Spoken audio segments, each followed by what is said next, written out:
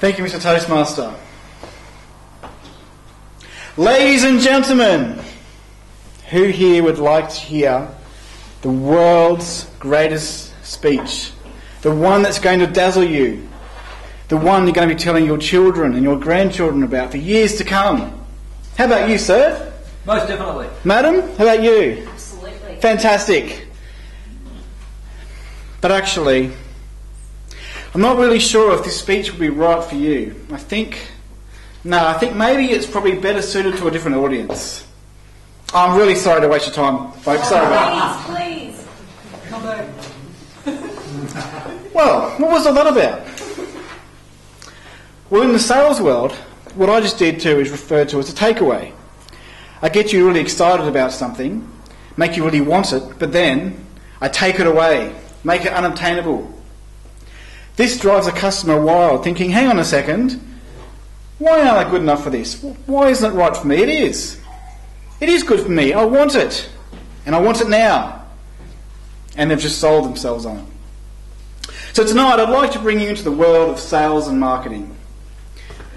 We've all been there before. Some of us have been on both ends, being both the customer being sold to, as well as being the person closing the deal. And it's a funny old world in sales. I mean, we like to think of ourselves as being honest, decent human beings, but by some, salespeople can sometimes be seen as being tricky or deceptive or just downright dishonest. So what is it about salespeople that make us feel this way? Well, the art of sales has to delve deep into the human psyche and sort of try to play on customers' emotions. I mean, there really is no other way you could do it. Because we as humans, we've already evolved to be so smart and calculating and in charge of our own destiny and our own actions. And it really would be no good for me if I did something like, excuse me, sir, would you like to buy this pen? It's just not going to work, is it? I mean, he may not have a need for this pen. He may not like the colour. Or maybe he can't afford it. So it's a customer's job to convince the customer, yes, you do want this pen, you do like it, and you want it now. And how is that done? Well, first of all, a salesperson has to get a customer to like them and to trust them. And by doing this, the salesperson has to look into the customer, find out what makes them tick, try to adapt themselves to be the sort of person the customer would like. For example, if I was going to sell something to Bill, I'd make myself out to be this big muso guy, you know, playing guitar and singing. Bill would just fall in love with you straight away and him, sold, done. That's your first step of sales. Then you need to talk to the customer, tell them about the product and get them interested about it. And you do that by asking them lots of questions. Find out how the product would suit their needs. Find out maybe any concerns they may have which would maybe cost the sale, because you have to address those. And then you might get to the point where you feel like, yeah, the customer's interested, he wants to buy. So you have to close the sale. Now, there's a number of ways you can do this. One method you could use is the assumptive close. It goes something like, so, are you going to be paying by cash or credit card? You've assumed the customer's already going to buy. Now, sometimes they can still be a little bit unsure about that. No, I'm not really sure. Or maybe they can't afford the product. So the salesperson has to do their job and think, so how much, sir, could you afford? And when they give you the answer, you can say, well, yeah, I can give you that product today on that amount if I finance it. Or maybe the customer's just not sure about it and they have a concern. Then a salesperson could use a third-party story.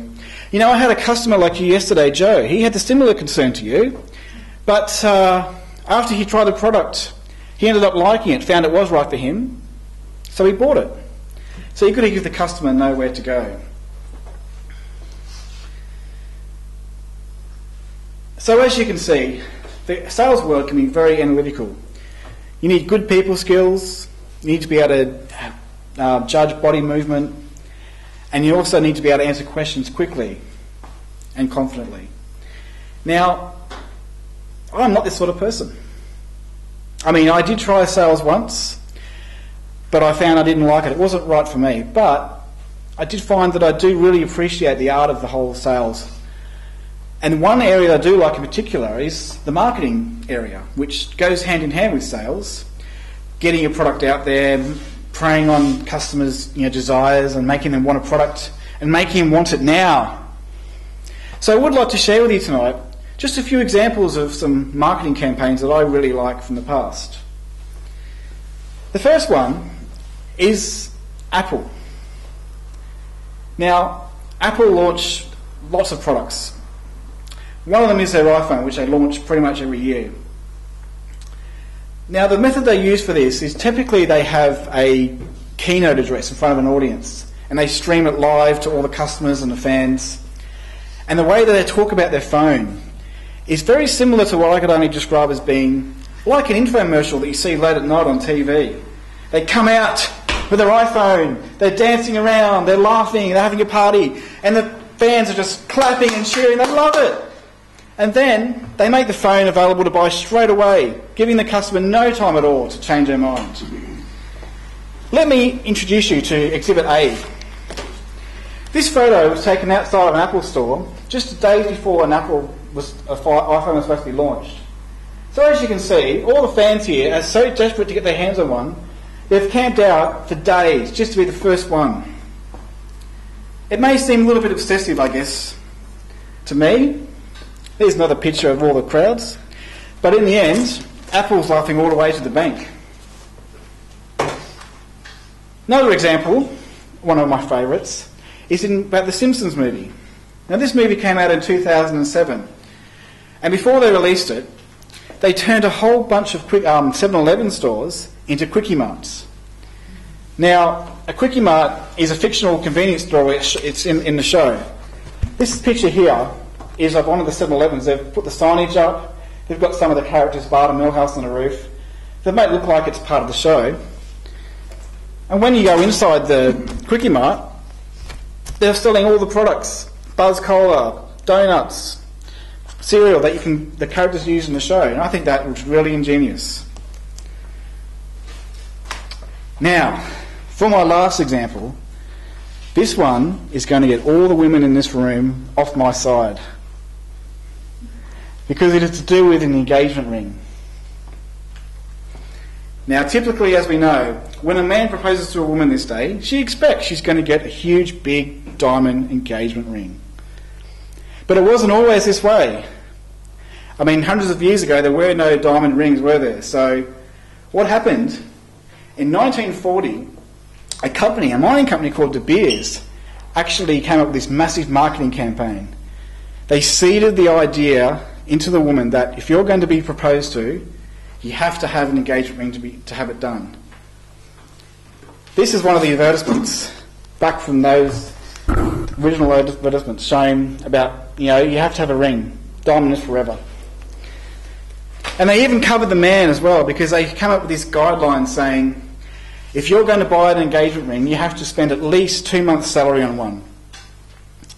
And how do they make something so expensive, which is just a small element which occurs anyway in nature for free?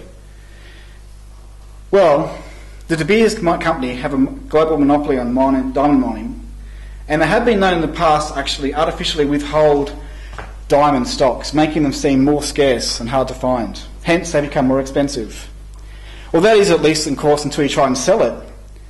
But then again, De Beers had that covered too, because they have their slogan, a diamond is forever. So you wouldn't want to sell it anyway. So I hope tonight that I've entertained you and brought you into the world of sales and marketing. It may seem like a cruel and dishonest world, full of lies and manipulators, but without it, a company just wouldn't survive. So spare a thought next time you've been drive-through. That cashier's there, they're just doing their job. When they ask you that question, would you like fries with that? Mr. Toastmaster. Thank you, Mr. Toastmaster. To evaluate David's speech, I'll simply run through the guide in the Toastmaster's handbook, speaking to the various evaluation topics. Speech topic number 7, research your topic. And David chose for his speech the topic, would you like fries with that? First criteria is, how well did the speaker's topic apply to the audience? Well, I thought it applied really well. I don't know about everybody else, but I love the show, The Gruen Transfer. I love hearing about sales and marketing and advertising and that kind of thing. So I really enjoyed the topic, and I thought it was a very entertaining topic of choice. We're all consumers, and so a topic about how we, as members of the public, are manipulated by sales and marketing is going to be appealing to everyone, I feel. The next criteria was the topic well researched? And in having regard to this criteria, I had to read the book and take note of things like, a topic that requires a large amount of research, citing numerous sources, specific support points with specific facts, examples, and real illustrations rather than just the speaker's own opinions. Personally, I felt that the topic wasn't researched per se. That said, David used specific examples, he used stories, and he used anecdotes. But what I mean by research is there wasn't any data or specific, say Wikipedia or something of that nature, websites, that kind of thing. And it's very difficult in a speech to weave that kind of information in without making it too boring. And the key with David's speech was that it was really entertaining, and that's what I took from it. The next point is, how well did the speaker support his main points? Well, very well. The strength in David's speech was that it was well structured, and throughout he used specific support points that he brought in of his own understanding and within his own knowledge. So examples like the Quickie Mart and the De Beers Diamond story, which I really liked, and he used visual aids and facts as well. Did the speaker vary the types of support material? Well, he had quotes. He used the De Beers quote, 2 months' salary for a lifetime of happiness, or whatever the quote was, and he had photographs of the Apple Store and the Quickie Mart. So he did vary it throughout. The next criteria is, how clear was the speaker's purpose? Well, from the outset, he said that his purpose was to bring the audience into the world of sales and marketing. He stated that clearly at the beginning. And when we heard this, we understood the speech title. So I really liked that. The next criteria was the speech effectively organised? Absolutely. It flowed absolutely beautifully. He set up the topic. It was clear that the purpose was regarding sales and marketing. He took us through. Get the customer to like you. Talk about the product, how it suits the customer's needs. 3, bring in a third-party story to persuade a reluctant customer. The next criteria, did the speaker take advantage of body language and vocal variety? David has great vocal variety. His variety goes up and down, and you can hear that when he asks a question. He varies his pitch and his tone, and it's really quite good. In terms of his body language, David had open palms, which is, showing honesty and openness. And I would have liked to have seen a bit more body language variety. The next question is, what could the speaker have done differently to improve the speech? Well, as I think you'll probably pick up from my evaluation, I thought a bit more research, given that it's a research speech, or the appearance of it. For example, market research to show that those marketing campaigns by De Beers, by Quickie Mart, by Apple actually worked. What else could he have done? He went over time, so he could have made the speech a little shorter. And what did I like most about the speech? I really liked the fact that the speech was entertaining. It flowed well. It was well structured. So that's what I really took from the speech. It was easy to listen to and it was entertaining. Thanks, David.